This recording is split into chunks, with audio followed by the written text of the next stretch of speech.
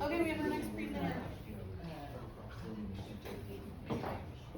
Yeah, so I'm going to be talking about a great opportunity for producers who kind of made that paradigm shift. They maybe started cover cropping, experimented with no-till, and they want to kind of follow the 5 principles of soil health and integrate livestock, and also potentially lower their inputs. And grazing is a really good way to terminate your cover crops for certain situations.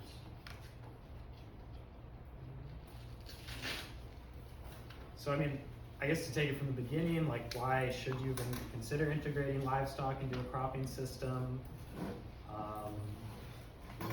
There's the food and fiber production element of it. Stacking enterprises could potentially be, running beef, cattle, or sheep and cropping. Also increased nutrient cycling. Ruminants are really effective at converting biomass into fertile organic matter, and also just as a way to manage your weeds and cover crops. Prescribed grazing is a really good way to deal with excessive biomass and vegetation. And I think why you should consider terminating cover crops with livestock is, number one, the forage value. Think about if you were renting or leasing land, what you're paying per animal unit. Say you're paying 50 or 60 bucks. If you plant a cover crop mix, you could be getting 3 or 4 AUMs to the acre. Start doing the math. That actually pays for your cover crop. Livestock grazing is a really effective way to get your money back outside of that, soil fertility and soil health benefit that's really hard to quantify. You can actually just, in terms of the grazing, make your money back. Residue management, can be really effective in certain contexts. Low input, you're not getting out there in a tractor and burning diesel, putting hours on your equipment to terminate. You're not buying herbicide. And it complies really well with the organic certifications. You're not reliant on herbicide or tillage. A lot of people have to use tillage, and it's kind of this thing where they're cover cropping and they want to do all the rules of soil health, but it's okay, now we're resorting to herbicide or soil disturbance. It's one step forward, half step back. So I think that's where livestock can work really well. And this infographic, I think, really summarizes really well. It was I'm not going to spend a lot of time on this. I think the past 2 presenters really gave some really good information for how you select cover crops. Obviously there's going to be some species that aren't great for livestock grazing, and there's also animal health concerns.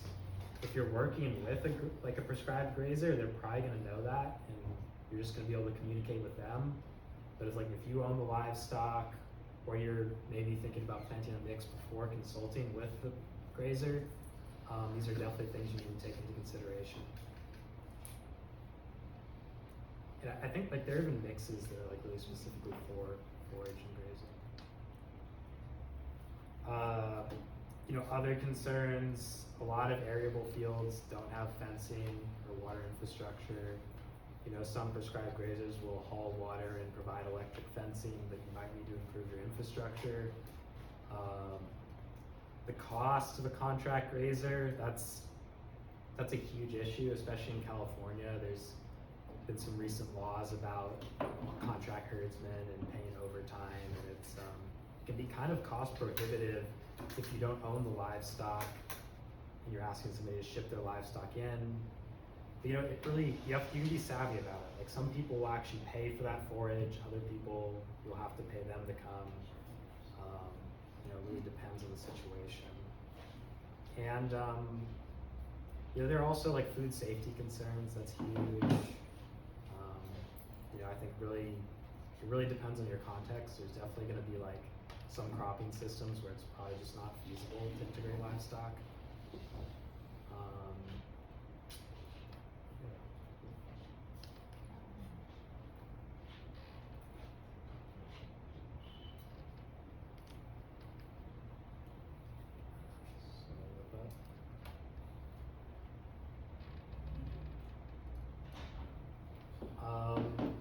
So I think the question a lot of people are asking is like, when should you graze, or when should you graze to terminate? Because if you just want to integrate livestock, you can graze pretty much any time there's cover crop out there. But if you really want to avoid that labor of terminating it with another method, you probably want to be really specific when you do turn those animals out. And it's ultimately really context dependent. Is it like, are they cool season cover crops you're grazing, warm season? But the general rule is that they should be in reproductive phase. They should have that seed head developed. There's a good chance when they're grazed or trampled, they're not going to recover. But it really, you'll have to kind of play it by ear. You should probably have like a couple week window if you're hiring a prescribed grazer when they can come in. And I'll talk about it later, but you should be cognizant that there might be recovery even with like some really timely prescribed grazing.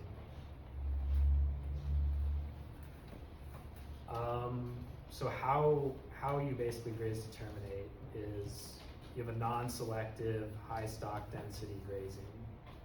You don't want the situation where you have a few animals, they're like making paths through the grass and like they're just picking and choosing, because ultimately you're gonna have a lot of plants that survive or recover.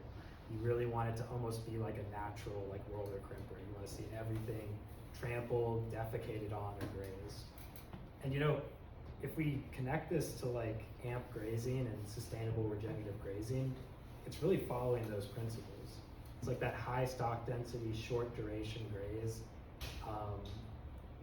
Really we don't want to just have the animals camp out there, produce a lot of soil compaction, create a lot of trails, plug up the soil. Like, we want them in and out. So, that should be your goal, and finding prescribed grazers that will do that is really important too. I really like strip grazing. Like, last year I was actually strip grazing forage turnips with cattle, and it was like super easy. Take 30 minutes to set up a new break. Just drive down the ATV with your electric fence post, set it up. And I liked not back fencing it, because that basically allows the animals to like pick through stuff they miss, and even hit some of the stuff that's recovering. Just basically make sure there's no chance that stuff just keeps regrowing once the animals are taken away. Yeah, despite all that, like I was saying, you're probably gonna have to manage for recovery in some systems. Like, if it's an orchard or something, maybe it's not really the end of the world. Like, if a few things resprout, but in some annual cropping systems, if you're looking to seed into it right after the animals are turned out, yeah, you might need to consider like herbicide or some other option.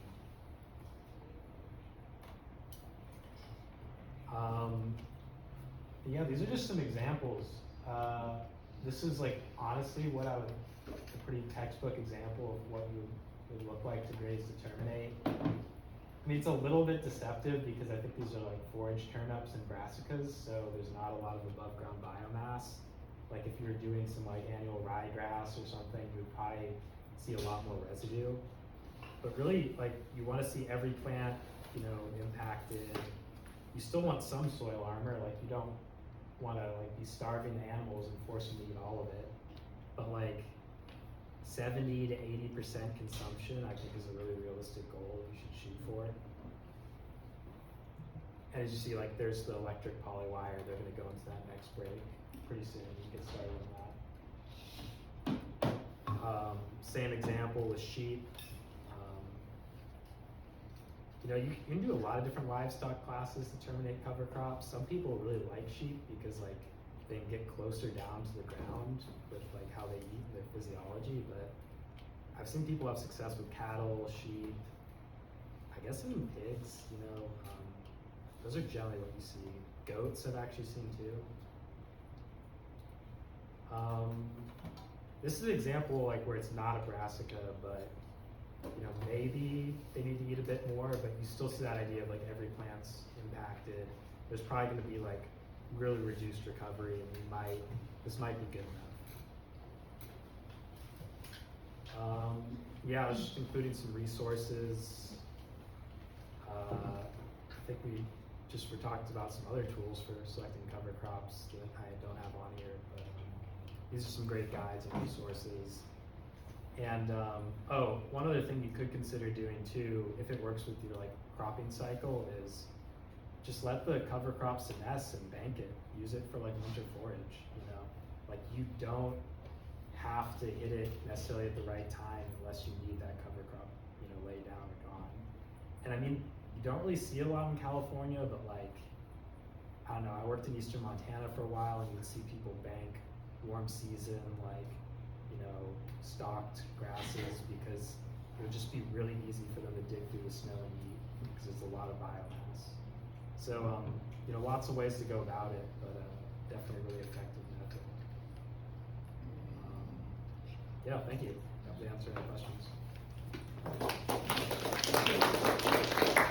Delmar, could you real quick tell people what match graze is? Oh, yes. So match graze is really cool. I forget who created it, but it's basically a platform that connects grazers and people leasing grazable land. So you can look all throughout the state, and it's like, you know, for example, Mission Lamb in, I think, Colusa County. So you could contact the owner through there. If you wanted to prescribe grazing on your orchard, you could get that done, reach out to them. And like some of the profiles aren't built out that much, but some have like a lot of information or links to their website. So you can really look at a lot of different options. It's a pretty good tool. I don't know like how many producers are on it, but like it's definitely like the website's still updated, people still use it. And oh, something I should probably mention, if you're an external planner, like thinking about funding this, there's the prescribed grazing practice, the NRCS, CPS 528. So, you know, there are ways to incentivize producers to integrate livestock. It's not just a cost that they would have to completely self-fund. Yeah. Any other questions? That's a great tool. Just to put that into larger context as well. So Dunbar's funded by a grazing grant that allows them to work directly with growers to write grazing management plans. So they don't hear has growers who would like to increase the conservation value and management value of their herd. They can talk to Dunbar about that. And also, we, through my grant of the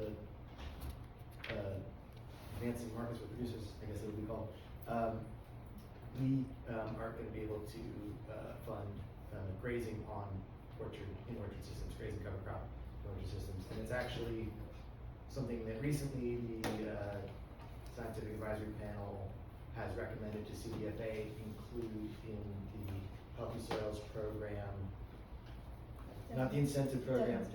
Demonstration, thank you, yeah. So if that's an indication, you know, this might be a type of practice that could be incentivized through HSP in the next few years. And with that in mind, we are trying to build more resources and connections around that in the North Valley, and we are working with CAF to put together a grazing workshop sometime in the spring. Because we think that there's growers out there who like to do this and really would like to capture that soil, the benefits to their soil, and we think that there's grazers out there who like to capture the forage value and would like to help make those connections. So please feel free to pass them on to Dunbar or myself. How far south into the valley do you all go? Or would you do a grazing management plan? You're gonna be down in Sacramento next week or two, so yeah, if you have someone calling, let us know. The GLCI grant's pretty broad, and they say Northern California, so work with a few people in Sacramento, Yolo County, Sonoma. Probably not too much farther south than that. What is a grazing plan? So grazing plan, well, I guess fundamentally, like a broad sense of grazing plans, like basically what a producer makes to determine like their strategies for grazing for the year. But is it a specific like regulatory thing around? Well, so there's also like a CPA 110, like an NRCS grazing plan that includes like a practice schedule, can be funded, you know. And depending on what the producer wants, like we might work with like creating a CPA 110, or we might just have something like more basic of like, how do I rotationally graze for this year? How do I feed budget for this year? You're working on both, you're not tied to plans for one. No, it's what the producer would find most helpful. Those plans too, Sarah, would be needed for the prescribed grazing practice through Healthy Soils program anyways. We require them to submit those grazing management plans, and I could see that if ours right now is being talked about for the demonstration, as you mentioned, but it's specifically in orchard systems because that's what was submitted to us for a new practice, so it would be specific for orchards right now, and I could see that grazing management plan being required for that practice as well. So the grazing integration with the demonstration will not be for animal systems? Only orchards. Yes. And that's not for any other reason than it was only submitted through our new practice solicitation for orchards. So it could expand, So it like just. this isn't next time for animals? When we have the new solicitation, call for practices, it was just a very specific grazing in orchard system, so that's what was vetted by our panel, yeah. Somebody noticed the footnote and applied, yeah. I'll have to keep that in my next one. I've done a couple livestock integration grazing projects, that's why I was hoping to expand some funding on it, because it's harder to do on a large scale, but maybe not this time. Okay, we need to move on because we're kind of running out of some time. We still have some presenters. Sorry. Or just like, sorry, it's just like, so much better. We did get a livestock. We did. Farmer rancher for the grazing program, so that was going to keep us. Set them up. I can't come back with water. That much was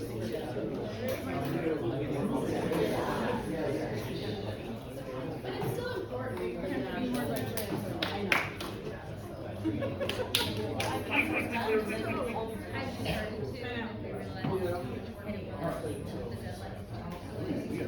Okay, we gotta keep rolling. We gotta keep rolling here.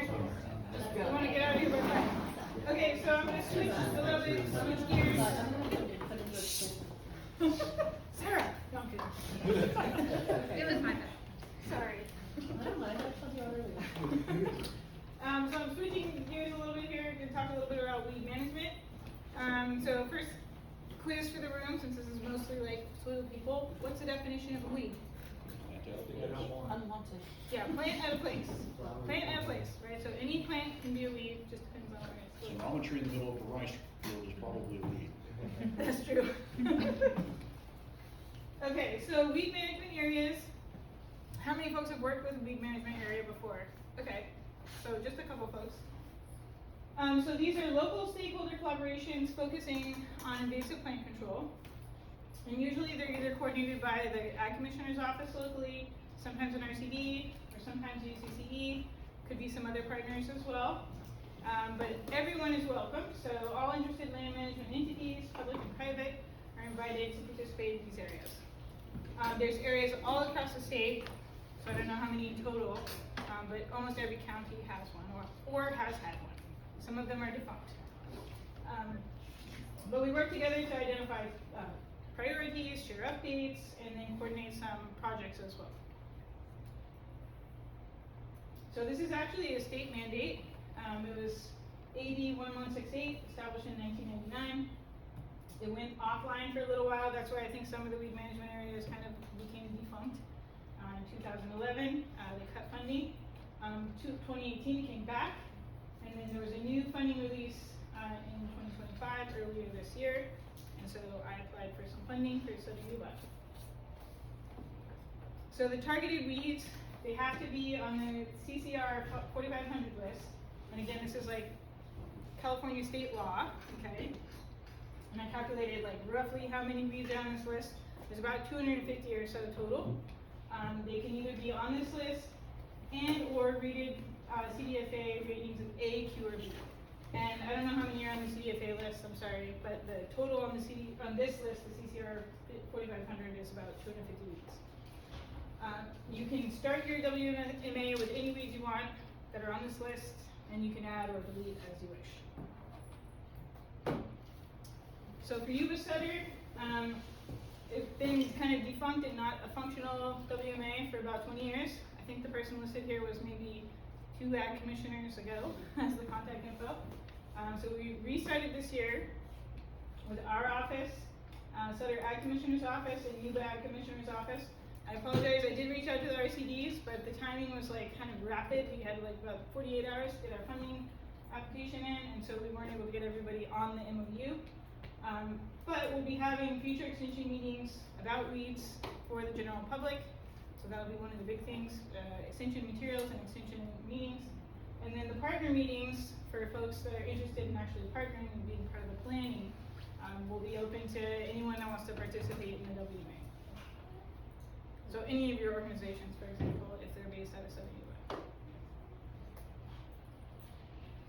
So we picked 2 weeds to target for now, but like I said, these can be open to any weeds that anybody wants to target.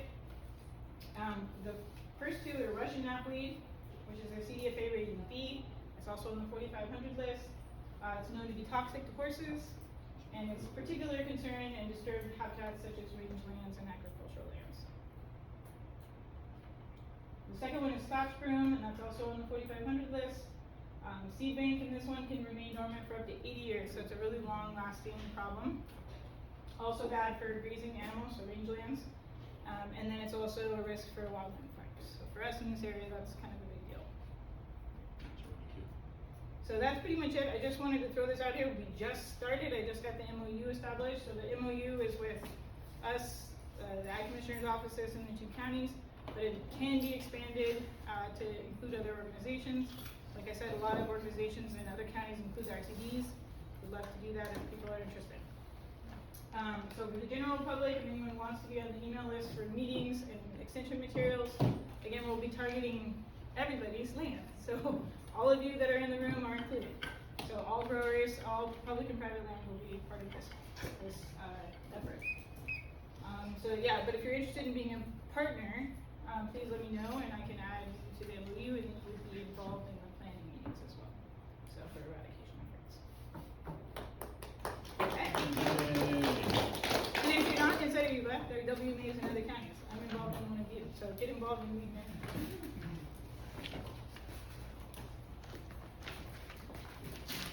Okay, so we're running a little behind, so I think we're gonna just, does anybody need a break? You can kind of come and go as you need. I think we'll just keep going. Ready?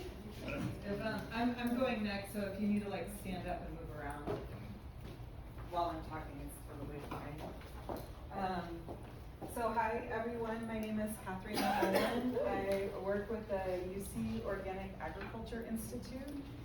And I'm going to be talking about organic certification. Everything I'm saying is in this densely packed handout. It's got a lot of words on it, I apologize. I'm basically going to be talking through the first page of the handout and then touching upon some of the things on the second page of the handout. I work with the UC Organic Agriculture Institute, like I said, And we work with collaborators to provide research, extension, and education to meet the needs of aspiring, transitioning, and certified organic producers across the state of California. So what is organic agriculture? I like to remind people that in the United States, organic agriculture is regulated by the USDA's National Organic Program.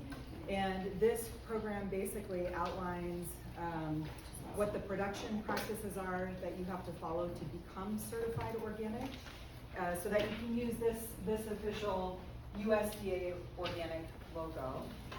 In California, producers also have to comply with CDFA state regulations too, and that's administered by the state organic program. In practice, certified organic operations can look really different, but they're all following the same federal regulations, these National Organic Program regulations.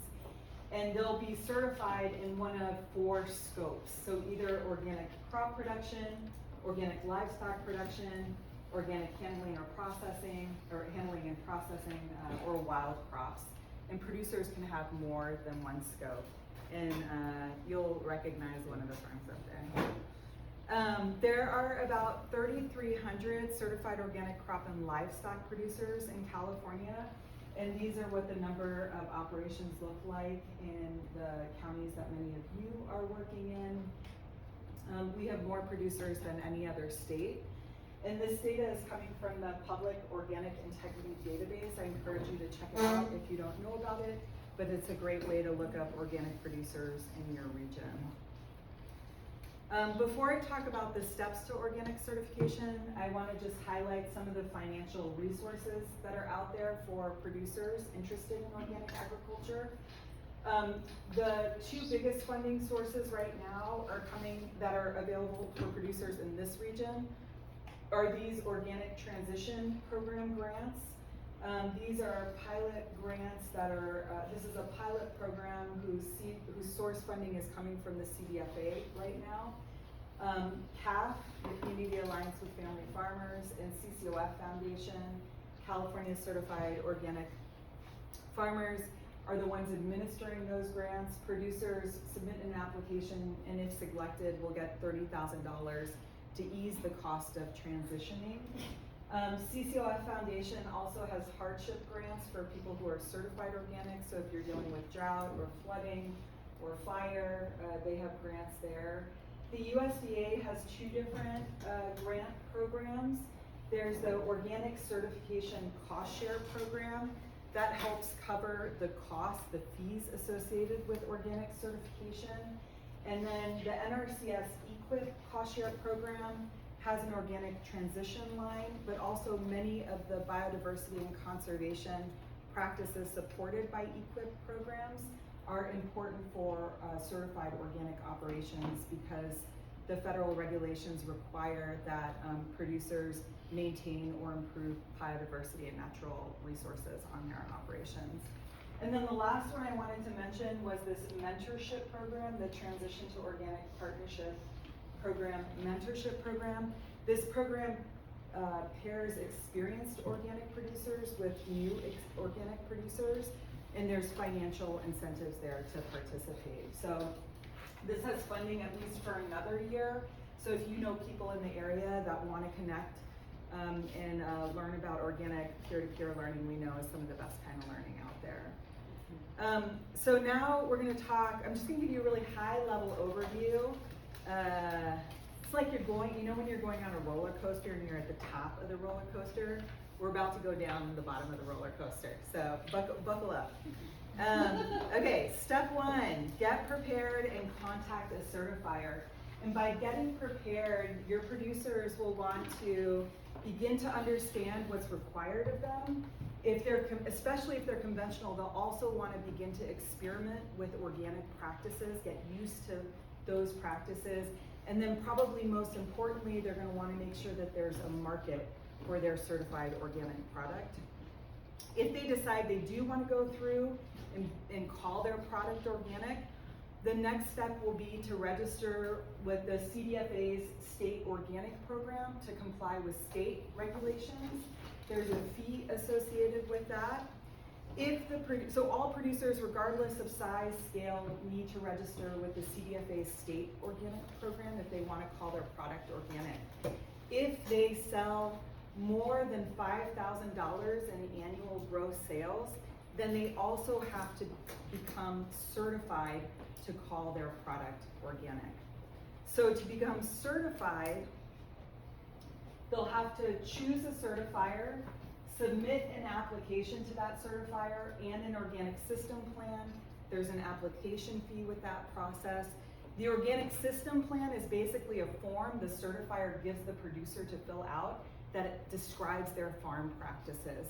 And what the certifier will do, they'll review that organic system plan to make sure that what they wrote down aligns with the national organic regulations so that everything looks good. If everything looks good, they'll send an inspector out. This is what Benjamin back there used to do. He's an amazing resource around organic anything. But basically, an inspector like Benjamin would go out, look at the operation, and make sure what's written in the organic system plan matches what's happening on the ground. We're almost at the bottom of the roller coaster, halfway there. So that inspector will write up a report noting any issues of concern. The certifier will then review that report, and if everything looks good, at that point, they'll grant certification, and that operation can use that official USDA organic logo. So when you see that logo, producers have to go through all these steps to be able to put that logo on their product. There's typically a certification fee at that point. From then on, they'll run their certified organic operation, they'll keep records, they'll update their organic system plan regularly, they'll prepare for their annual inspection, and then after that, once a year, they'll complete an annual inspection with a certifier, and they'll register with the CDFA state organic program. So annually, there are basically 2 fees that they'll have to pay to go through that process. And then that process just repeats over and over and over again. It tends to be a heavy lift at the start, and then once you have everything set up and organized, it's just going through the steps like a lot of regulatory stuff. But record keeping is key. If you are currently working with aspiring, transitioning, or certified organic producers, or you want to start learning more about that space, you can join me and others. Maybe Benjamin will be there, maybe one of you will be there. December 2nd, noon to 1 on Zoom. It's like a virtual version of this. For that meeting, the group wanted to hear about different kinds of how to cultivate farmer-to-farmer learning and different strategies to do that. So there'll be a panel talking about sort of social gatherings. I think we're hoping to have someone talk about WhatsApp groups for Spanish-speaking farmers. There's going to be some people doing dairy work in the North Bay. So join us if you can. And hopefully that was like about 7 minutes. And I'm gonna, I know you're all burning with questions. Please put your hands down. In the interest of time and all the other speakers, I'm gonna hold questions, but you have the little handout. I'm an extrovert. I like talking to people who talk with me. Love to connect about organic stuff. We made it to the bottom of the roller coaster. Heather, I was going to ask, in the interest of time, I know some people are really interested to hear the CDFA updates, and I know some people probably have to leave a little bit before 5. So we can go next, but I don't know if people have to leave, and if you wanted to go next in case anyone, I'm sure some people would have really So Joel is on the agenda. He's not here today. Yeah. He has an event tomorrow if anybody would like to attend. He does, he goes into the forest, grabs the trees that have been burned, turns it into biochar, chips it, and then also puts it with worm castings, and is currently putting on drainage land. And he's going to talk all about it. We're going to see what he's got going on tomorrow if anybody's available to go. I think it's at 9 o'clock. It's up next to U College. If you are interested, let me know. Would you like to go? It doesn't matter. Okay. Mine will just take a couple minutes, so Yeah, I'm happy come to on. wait. Oh. I can yell from here. We have the video set up. I wasn't sure if anyone had to leave, you know, early, Thank you. because we're late.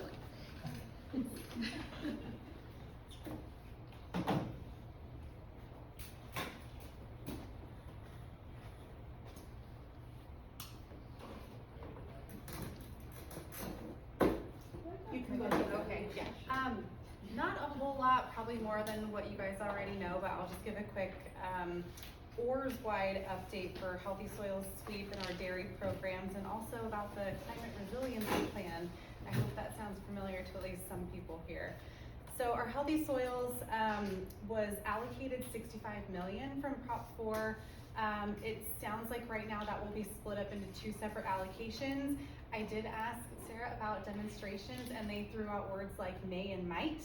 And that would be just a small portion of one of those allocations that would be allocated towards the demonstration, but it has not been confirmed yet because the majority, probably 95% of those funds are gonna be strictly for block grants. But there may be some funding, so I don't know yet. After the call for new management practices, and how will get to putting grazing in? It sounds like it would be in this first round, which if that happened would probably be early next year, and then a second allocation like September, fall of 2026. So they're talking about splitting it up right now, but again, it hasn't been confirmed. We have the couple new practices, which I hope you've all heard about too. So we have biochar this year, indigenous burning, and the desaturation of delta peat soils. Resources are still being gathered for a lot of these, and the program tools and calculator tools we're working on that right now, so more to come in the future, especially for biochar. We were having conversations about, it's gonna be an interesting one this year, but we've got a gal on our team that's specifically working with the biochar practice, and she's been partnering with the US Biochar Initiative, and there's a Pacific Northwest group as well. So that is what they're doing over the coming months, probably until the solicitation is released, is just gathering resources. They're hoping to create some specific web pages for these practices as well, so I hope that will be coming together in the coming weeks. So that's still very much going on.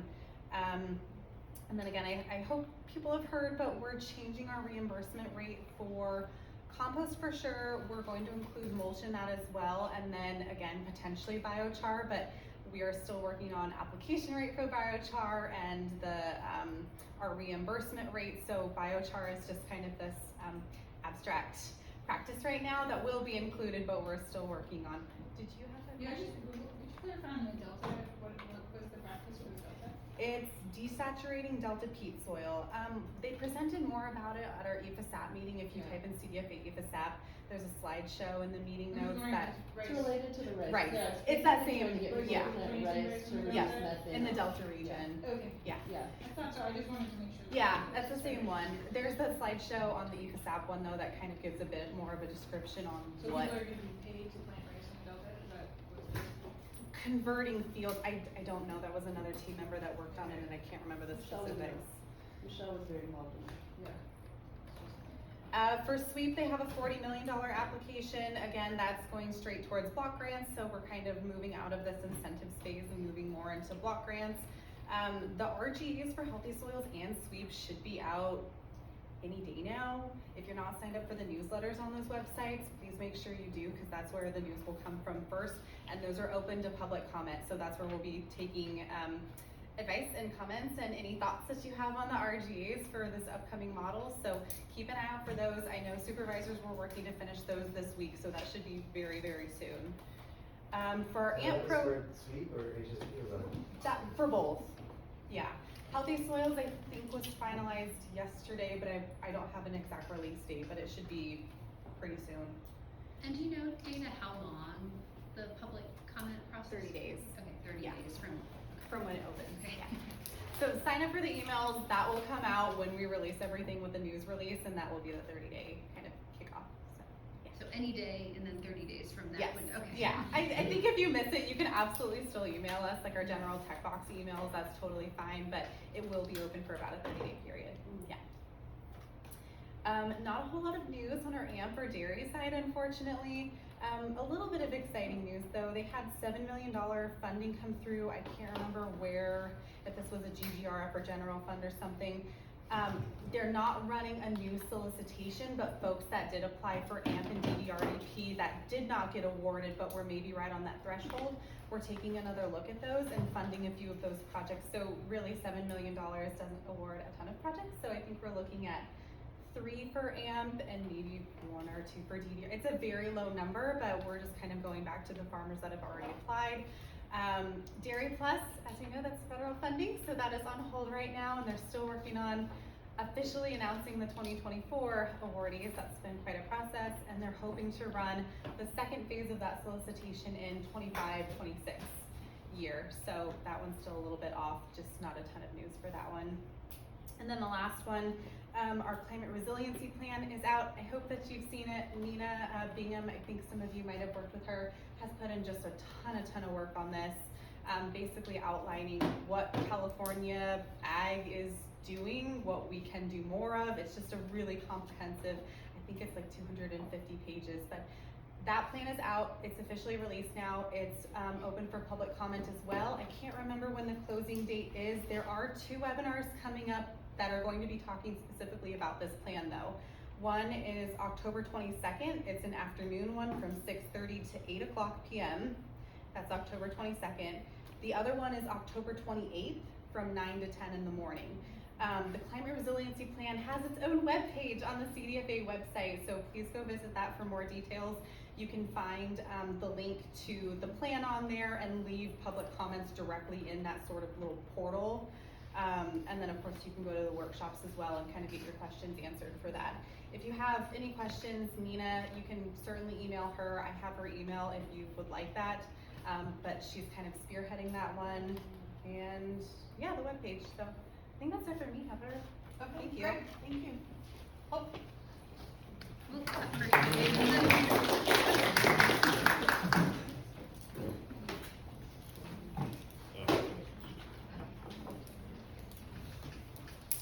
Alright, is this the last presentation? Maybe everyone can do like a Wrap it up. movement. Yeah, like everyone's looking a little sleepy. We need to increase the momentum a little bit because this is an exciting topic.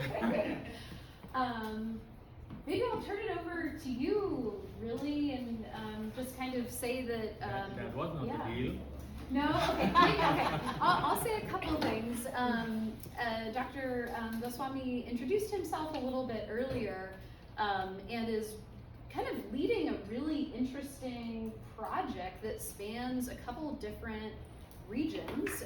So California in the United States is sort of one of the regions that some of this research around policy perspectives for climate smart ag, one of the regions where this research is being initiated. So I think this is the first of the regions, and it's kind of a longer term project. And the reason that we're sharing this today with you all is actually because we'd like to get some of your feedback, potentially not today because we're still waiting for IRB approval, but at some point, hopefully in the next couple weeks, to really hear from technical assistance providers and folks that have engaged in policy making related to climate smart ag. So I'm really going to turn it over to you to explain and yeah. You will be joining during the question. Right? Yes, yeah. It's too much to process all these things. Just like landing on an island, I can see, I can hear, but I cannot interpret anything. So maybe let me introduce to the team members. Researchers from UC Davis and UC Mercy, and Hope is there, one of my hopes. And so we have just submitted a project which is under the IRB review. So once we hear back from the IRB, then we will share the form with you, right? So I will take maybe 2 minutes to let you know that who I am and where I am working right now. So it's more important, the location that I am working right now is called Sundarbans. So it's a very interesting place. It's the largest estuarine island region in the world that spans across India and Bangladesh. So we work with hundreds of farmers, and this is a climate hotspot. A large number of people is moving out due to climate stress, and many other domino effects actually affecting the agriculture of that region. So when I was working with that region and working with the government of Australia, then we realized that maybe some of the climatic issues are more international than regional. And when we talk about the policy that cannot be confined in a state or a country, that may or that should work in transnational context. So, and that's actually origin of the project. And these are some of the areas that we are working. So I'll be skipping that slide for now. So, but the context of the present project is that we are proposing to conduct research in 4 important regions of this world, because that's also the mandate of this fellowship, that we work in Australia, India, USA, and Japan. And while working in these regions, we are not actually confining the data collection in these 4 regions. We will be covering almost 30 to 40 Indo-Pacific nations. So all these nations, many of these nations are very small, impacted by the climate change, and whether we can come up with a policy framework that operates across the region. I mean, it's too much for me, but at the same time, I had to start from somewhere, right? So California is that region. So my primary objective is to understand what is happening in the climate smart agriculture in California, and so that the learning can be taken to other parts of the Indo-Pacific regions. And having said that, so this is the kind of some imperatives of the fellowship. So I don't understand your context as my fellow researchers do, because they work here. So, but I have an idea. I have avoided using the term here. So I call it mental model. So several UC Davis researchers have worked on that in the last 4 or 5 years. The simple thing is that all of us have an idea of the complex world, and that is reflected in our mind. And if we can bring them out and put them together, that can tell us a whole story. So if you think of a program or policy, it starts from a policy development and then translated into program, that program is implemented and actions are taken. But while kind of implementing these things, there are many other factors that operate at the micro level, at the meso level, at the macro level that we cannot understand. That can only be shared by the stakeholders. So this survey that we are going to conduct will have 2 parts. The first part with the experts like you. So we have several broad questions, open-ended questions. So your views will be translated into a large-scale survey that will be shared among several other stakeholders in the California. So that's the thing. So we have not used the word like that, but when I was discussing a few things with you, so we came up with several issues that cannot be realized unless we are in the ground. And some people who are understanding this complex system are working at the ministry level, some are working at the university level, so all they have their complex understanding of the system. And when we put them together, and this really works, because that I have used that in other contexts. So, so that's the story, and this is the first place where we will be starting our journey.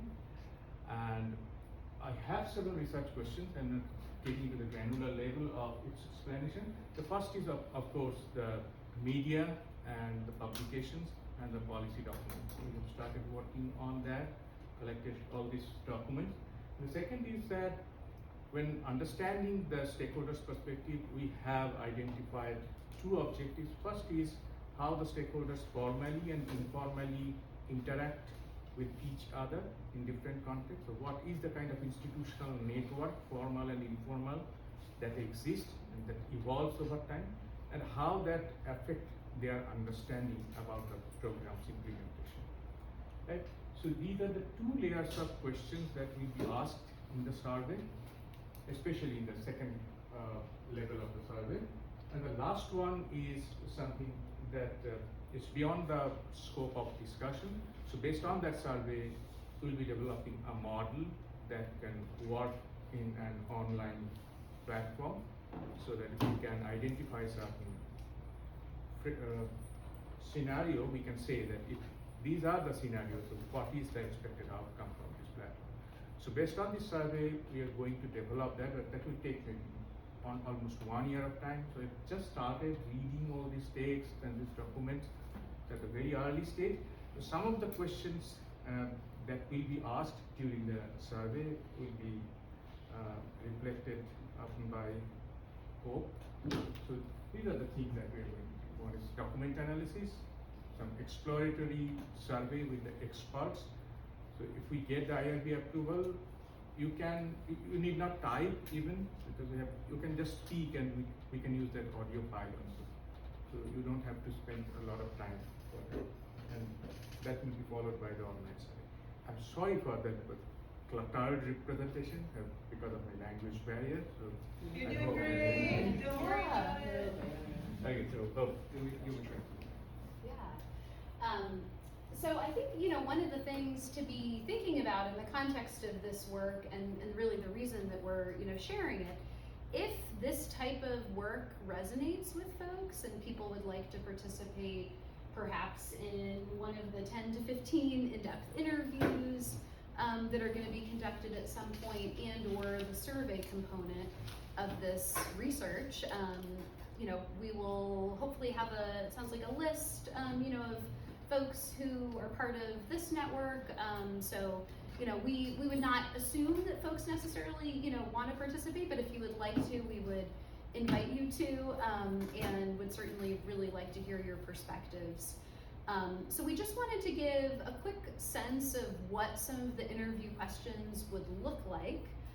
So thinking about, for example, what do you consider to be the most significant climactic stresses, specifically on agriculture in your areas of work? Because we know, even within the context of this audience, people work statewide, people work in Butte County, people work in Sutter, and some, even larger regions. So thinking about, what those climactic stressors are, and then how do the farmers and ranchers, and also your organization, respond to these types of crises, whether it's drought, floods, pest, pressure, et cetera. How do you see climate-related links and stressors responded to by agricultural policies and programs? So this might be at a state level, this might be at a local or a regional level. And then also, do you think that you have a role in designing and delivering these types of policies? So what role do you play in this process? So those are some questions. And then also thinking about, things like, can you describe a scenario where different stakeholders perhaps had conflicting perspectives around policymaking in the context of climate smart agriculture? How are trade-offs discussed and resolved in the context of these policy conversations? I think the climate resilient strategy for ag is a perfect tie-in to a lot of this work. It's the culmination of a lot of efforts that have happened over the last couple years. So this is, really looking to understand the policy landscape of climate smart agriculture, and then also getting perspectives from you all as folks who interact with farmers and ranchers. And then kind of thinking about on the network side, what are the networks, coalitions, alliances, or different groups that influence policy making around climate smart ag in California? Do organizations reach out to you? So that's, a lot of the networking that we're doing right now. And then also thinking about the mental model, in your view, which stakeholders tend to have the most influence on policy outcomes? So thinking about building that type of network and model, that's going to be really helpful in understanding the policy landscape and how all of these organizations interact with one another. So that's pretty much it for now. We'd love to answer any questions that folks have. I'm a little bit newer to this effort, so I'll probably, defer to you, or we can, answer questions folks have. Yeah, any questions? So the interview, the target audience for the interview would be like us, or would it be like a producer, or either? Oh, who would be the target audience for this, the interviews or the surveys? All the possible stakeholders who are associated with policy making, program implementation, or even climate smart agriculture action, which is not part of that policy or program, but still there are climate actions are there. So anyone. Okay. What's the like timeline for the surveying process, and like how long are you gonna be here working on this? Just curious. The project's timeline is 1 year, so we still have 10 months for this project. But in our IRB application, we have appealed for the timeline up to 2027. But we are committed to complete that well before that, because this is just to be on a safer side. We have more than 1 year of time. I just wanted to make sure I understood the goals of the project correctly. My understanding is that the goals of this survey, for example, is in part to help you understand what's happening in California, and then do something similar in Australia, Japan, and India, and then sort of synthesize all that into some shared themes. Is that correct? Exactly, because when I look back in my country, so maybe 5% of the consciousness and effort that I see here, that is in practice there. So a lot of things can be taken back to not only to India, maybe in other, especially the smaller islands, which are particularly vulnerable against climate change. That's a really good question, because I think in part, one of the goals is to really take a lot of the lessons learned from policymaking around climate smart ag in California and kind of, share some of those lessons with other countries, and then kind of vice versa. Yeah, kind of bring it back. What perhaps is missing here that's been done in other countries that could be used as a model or some perspective and, thinking.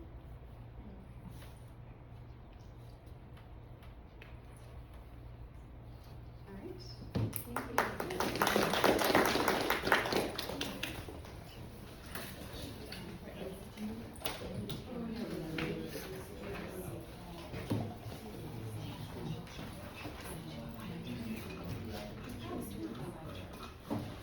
Okay, I just really quick wanted to, before we take off, I wanted to show those of you, if you're interested in any of the grants for the youth Sutter farmers, you can go to the UCC Cooperative Extension page and look for the Climate Smart link, and then this is my page, and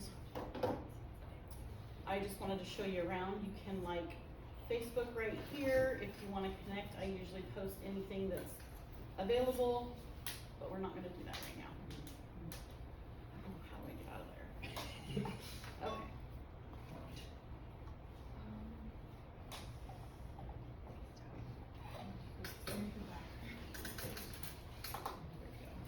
Okay. Okay.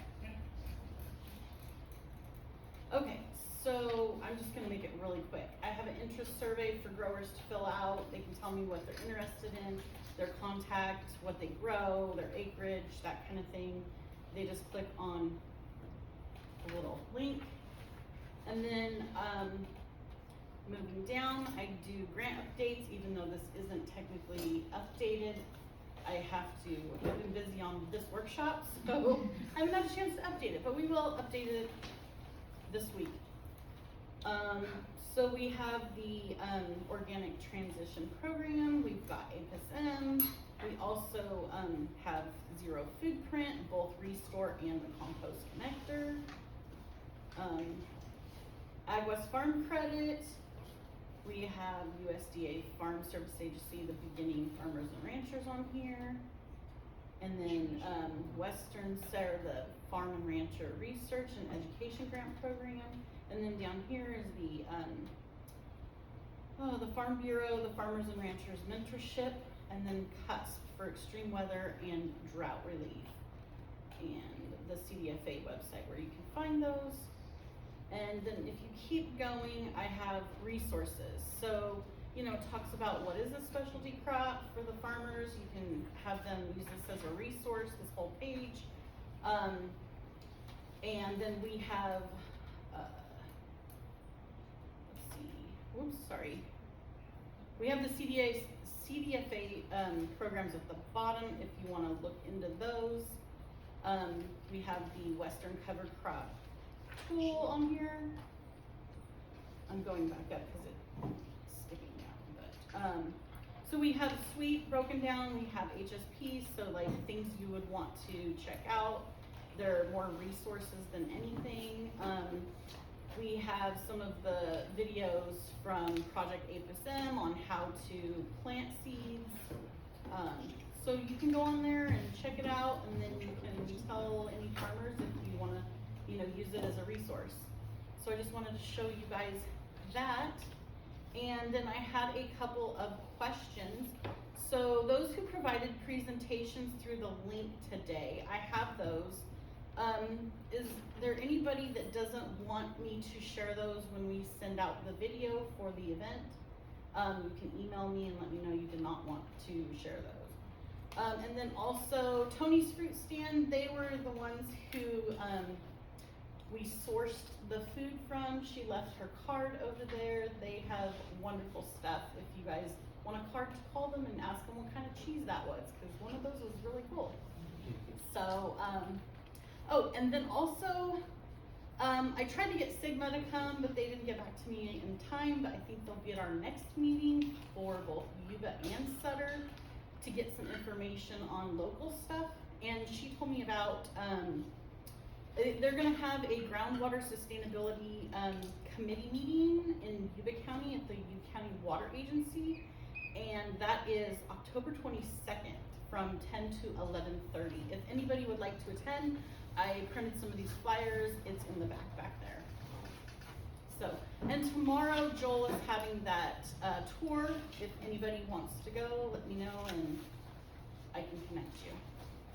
So that's it. Thank you everybody for presenting and coming and having great conversations and questions. And my one last question to you is, in March we had our spring workshop, and I'm curious, I don't know what, you know, next year is kind of looking like for you guys, but would February be better than March? I know we had a few people that couldn't make it because of the timing. Just kind of throwing that out there. No idea? Okay, well I will put some February and March dates on the doodle poll that I send everybody who attended. So, Yeah, we'll do that. we're trying to get to Thanksgiving first. I know. I think we're having our 2 days soil health field day up in Butte for Chico in March. Okay. Just 18th, 19th FYI. or something like that. So that's Do you know what day? 18th, 18th 19th. Yeah. and 19th. Okay. Yeah. All right, So then. it's on our, Thank you, Heather.